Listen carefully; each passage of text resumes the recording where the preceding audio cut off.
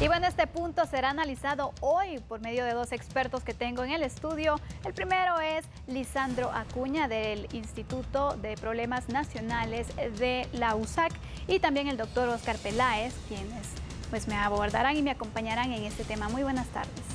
Buenas tardes, Sandy. Buenas tardes, Sandy. Es un gusto estar con ustedes. Muchísimas gracias a los dos por acudir. Y bueno, vamos a iniciar con pues una definición, algo que dice la Carta Magna acerca de las manifestaciones, porque como le decíamos, es un derecho ciudadano que está velado y está también incluido dentro de la Constitución. Y vamos a colocar una gráfica que tenemos donde pues veremos el artículo 33 de la Constitución Política de la República, donde se garantiza el derecho de reunión y manifestación de los guatemaltecos.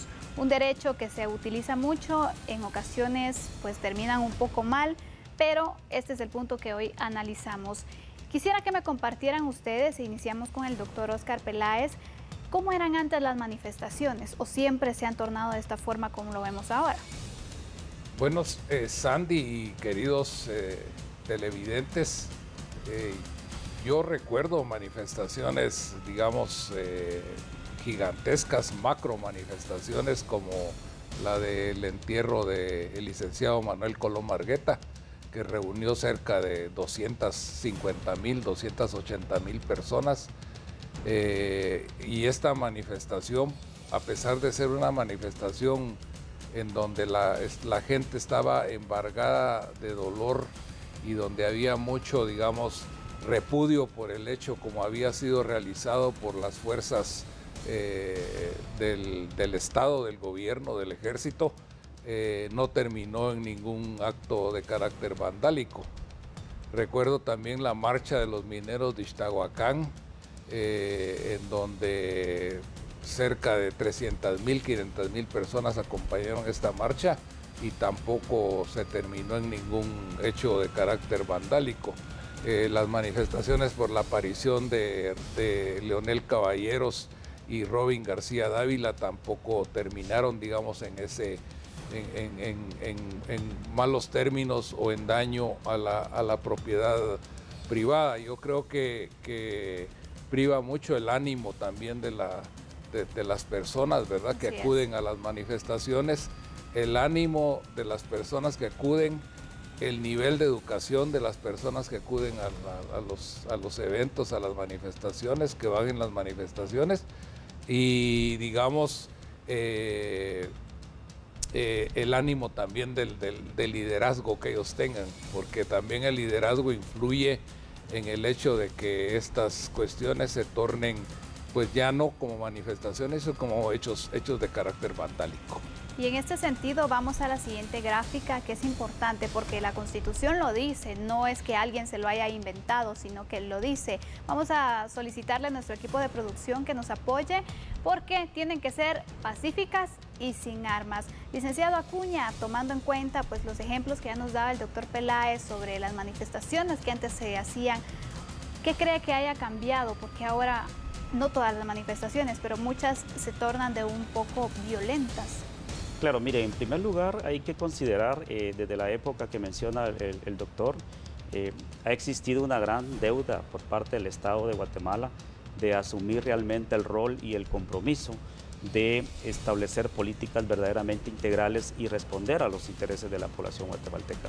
Entonces, los tiempos han cambiado y obviamente hemos visto en las últimas manifestaciones la filtración del crimen organizado. Eso también hay que decirlo, hay que tenerlo presente. Pseudo-manifestantes. Por supuesto, actos vandálicos donde prácticamente ya se sale del contexto dentro del marco constitucional. Le voy a poner el ejemplo, las manifestaciones de abril 2015. Obviamente ahí, masivas, más de 60,000 personas que acudieron al centro histórico a manifestar y no se salió del contexto.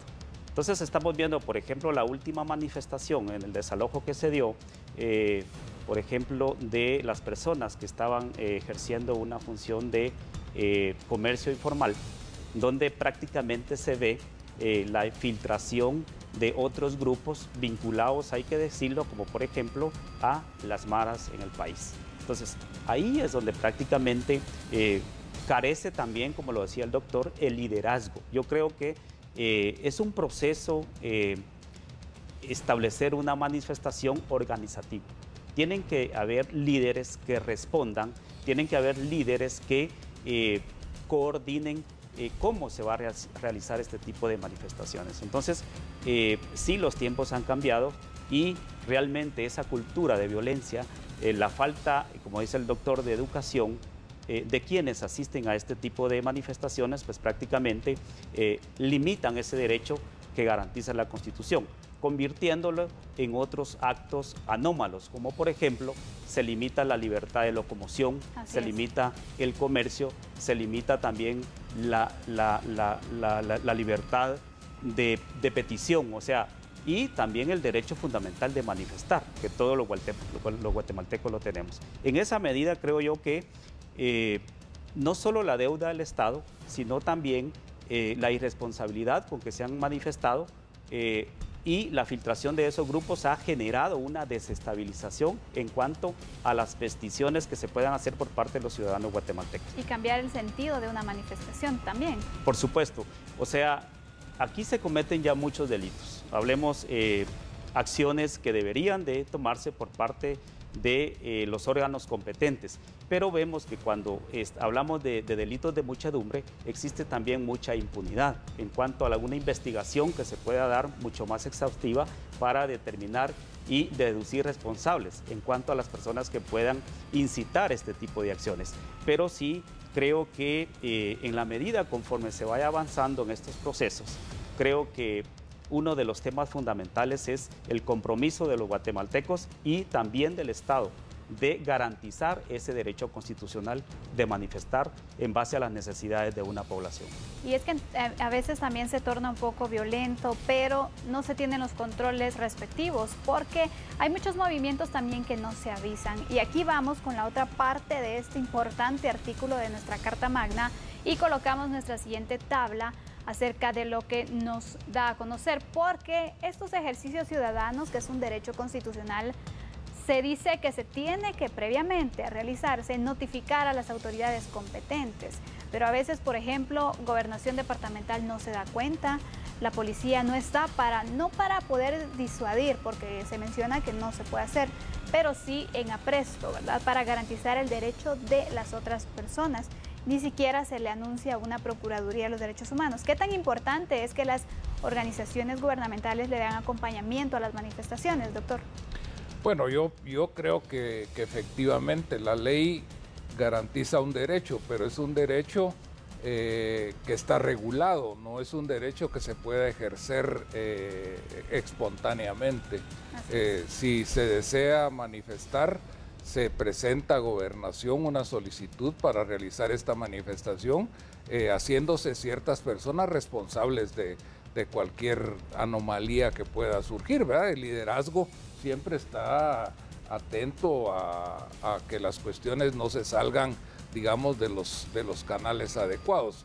Pero cuando las explosiones, digamos, sociales no son planificadas, es ahí donde siento yo que se puede dar este tipo de manifestación, digamos, ya con un carácter más violento, en donde se mezclan, como lo dice el licenciado, grupos de antisociales que lo que están buscando es causar, digamos, daño a la infraestructura de la ciudad y daño a la poca infraestructura que ha logrado la municipalidad de alguna manera ir levantando en ciertos lugares de la ciudad de Guatemala.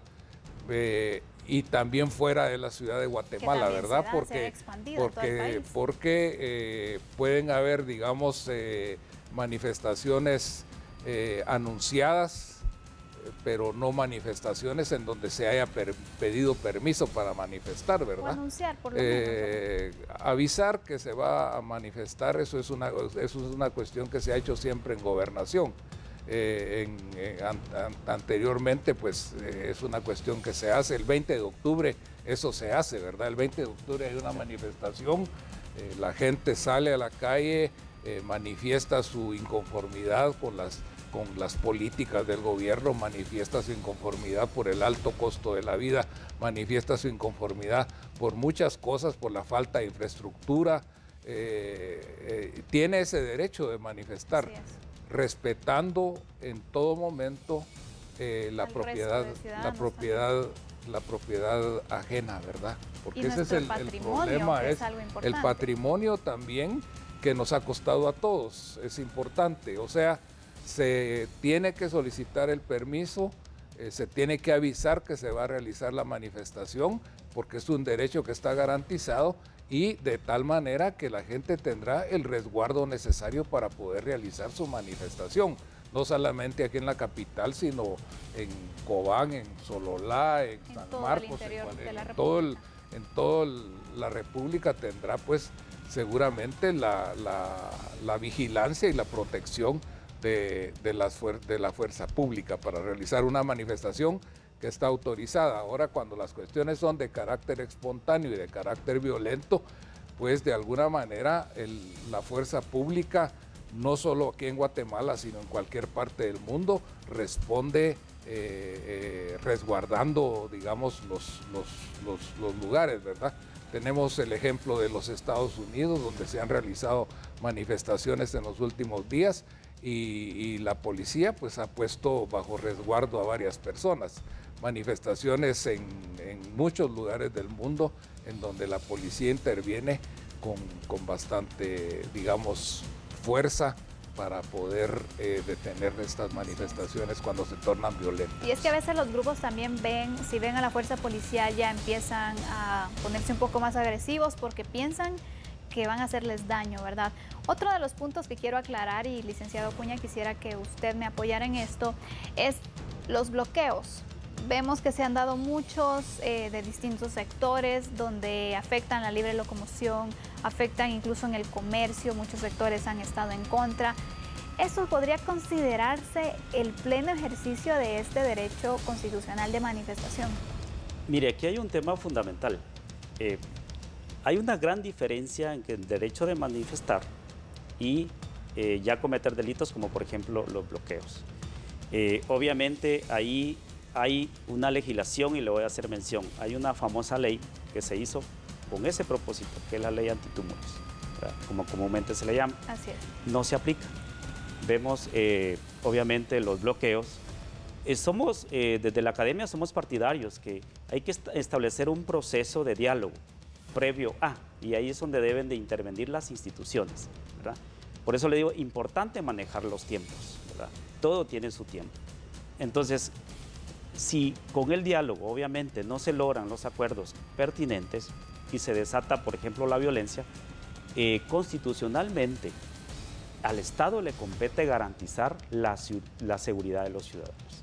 Y para eso está la fuerza pública, porque derivado de ello vienen delitos contra el patrimonio, delitos a la propiedad privada, delitos incluso contra la vida, ¿verdad?, que son por la falta de intervención de las fuerzas de seguridad. Hemos visto casos lamentables y otras restricciones de las garantías constitucionales. O sea, no solo se afecta a un grupo, se afecta a la mayoría de guatemaltecos. Y al final ese precio, por ejemplo, si hablamos de la economía del país, repercute siempre en el consumidor final. Somos nosotros los que vamos a pagar esas consecuencias. Exacto. Entonces yo creo que ahí es donde prácticamente quienes van a organizar una manifestación tienen que tener realmente el liderazgo, como lo decía el doctor y como lo hemos mencionado acá, y la responsabilidad de seguir los procedimientos, pero también el Estado de dar seguimiento. O sea, una manifestación debe ir acompañada de las fuerzas de seguridad, no solo para garantizar la seguridad de las personas ajenas a esa manifestación, sino incluso para garantizar la seguridad de quienes están manifestando, porque nos ha quedado claro, como lo dije anteriormente, la infiltración de personas pues, que pertenecen al crimen organizado y que obviamente ahí estamos hablando de otros intereses. Por ejemplo, la última manifestación de que se hizo mención, estratégicamente se destruyen las cámaras de seguridad. O sea, ahorita quedamos en áreas donde prácticamente no hay un medio muy importante de control para seguridad de la ciudadanía y se critica mucho la falta, o sea, lo que tardó el Ministerio de Gobernación para poder intervenir. Yo considero que si la fuerza pública interviene en esta manifestación en su momento, los daños que se ocasionaron hubieran sido mínimos. Pero queda el temor. Y ahora vamos con nuestra siguiente gráfica, porque también otro punto necesario resaltar es qué grupos son los que más manifiestan. Y a nuestro equipo de producción, por favor, colocarnos la siguiente tabla. Se menciona, y usted lo ha visto, a salubristas, a maestros, campesinos y transportistas últimamente, que son los principales en salir a las calles, con manifestaciones, con caminatas, movimientos, bloqueos, en fin, de distintas formas buscan la manera de hacerse escuchar. ¿Por qué estos sectores son los que recurren más? Porque también tenemos el diálogo, pero ya no se busca como primer punto. Y con esto vamos a ir también despidiendo la entrevista, doctor. Yo siento que hay, digamos, una deuda social con ciertos sectores de la población, ¿verdad? No es algo que sea característica de este gobierno, sino que es una deuda que se ha venido arrastrando históricamente en Guatemala. Aun cuando teníamos en Guatemala 3 millones de habitantes, era necesario, digamos, tomar ciertas medidas para la modernización de la economía del país. Ahora que somos 16 o 17 millones de habitantes, con mayor razón. Entonces, digamos, hay una deuda que está ahí, hay problemas que están latentes, ¿verdad? Son problemas que están latentes y que en un momento de crisis estos problemas vienen y salen a la superficie. El problema de la tierra es uno de ellos. Nosotros sabemos perfectamente de los esfuerzos que se hicieron durante los primeros años del régimen de Otto Pérez Molina para tener una mesa de diálogo con los campesinos, para tratar de alguna manera de ir buscándole soluciones a estos problemas, aunque no fuesen las mejores soluciones que nosotros podamos pensar, pero se trató de solucionar esto. La cuestión con los salubristas es un problema también bastante crónico debido a la falta de recursos que el propio Ministerio de Salud Pública tiene. La cuestión con los maestros, digamos, es otra de las situaciones que es muchas veces uno dice, bueno, es que son maestros, ganan bien, pero la verdad es que el costo de la vida cada día nos afecta a todos. Y es el mismo salario que se tiene a veces, exactamente, ¿verdad? Licenciado, ¿usted qué nos podría aportar? Porque tenemos estos 4 sectores que son los que representan más casos de manifestaciones, aunque hay otros también, ¿verdad? Claro. Mire, yo tengo una clasificación, me gustaría hacer referencia a ellos, claro, que va acotado a lo que dice el doctor. La explotación de recursos naturales. Ahí hablamos de temas muy estratégicos, donde prácticamente son temas que han tenido una deuda histórica en el país. El uso racional del agua, se prevé que haya conflictividad por el uso irracional del recurso. Así es. Los bosques, los recursos minerales, el petróleo, gas, áreas protegidas. Otra clasificación, los temas agrarios, que ya lo indicó el doctor, de 1.800 temas pendientes que han generado conflictos, 1.500 son agrarios y no se ha podido dar una solución a eso. La falta de interés por parte también del Estado en resolver esas peticiones. La identidad y conflictos socioculturales. Hablamos aquí los temas de identidad religiosa, identidad étnica, identidad sexual. Materia laboral, lo que indicaba el doctor, acotado a los sindicatos, despidos, obviamente reinstalaciones, carencia de presupuesto, que se dice que donde hay que hacer un balance muy significativo por las precariedades que tenemos de salud, de educación y seguridad, y el crecimiento demográfico. Ese es uno de los temas fundamentales. Se prevé que la falta de capacidad por parte del Estado de dar respuesta a las necesidades fundamentales en base a los ofrecimientos y a los compromisos que se han adquirido sea un motivo para que puedan incrementarse las manifestaciones en un futuro. Entonces, quiero hacerle referencia a un tema, a un estudio que hace PNUD, que hace una clasificación de las fases de la conflictividad social. tenemos una fase temprana, donde el conflicto se manifiesta, ya sea por medio de comunicación, por la intervención de las personas, por prensa, etcétera, por una serie de indicadores, pero no se hace nada. Tenemos, por ejemplo, la fase escalada, se refiere a la evolución del conflicto, o sea, se va agudizando la situación y se establecen diálogos, pero no se respetan los acuerdos, y eso es uno de los detonantes también que ha motivado a la conflictividad en nuestro país. Y la fase de crisis, que es la cúpula de una línea que ellos tienen, es donde prácticamente se da el estallido social, se da una acción y se genera la violencia. Y luego tenemos la fase de desescalada, le llaman ellos, donde pasa la fuerza, se buscan soluciones. Exactamente, y la reacción, y se empiezan a buscar soluciones. Cuando esa etapa debe de agotarse con mucha responsabilidad y seriedad en la primera fase de cuando se manifiestan en este sentido los conflictos. Esa es una guía que PNUD está preparando para coayudar a los países de Latinoamérica a la solución de los conflictos sociales. Muchas gracias por este análisis que hacen, los aportes también que hoy nos ofrecen sobre este tema tan importante, las manifestaciones. De esta forma nos despedimos y agradecemos a nuestros invitados por acompañarnos. Soy Sandy Monroy y mañana los espero con un nuevo tema en este espacio de TN23. Feliz tarde.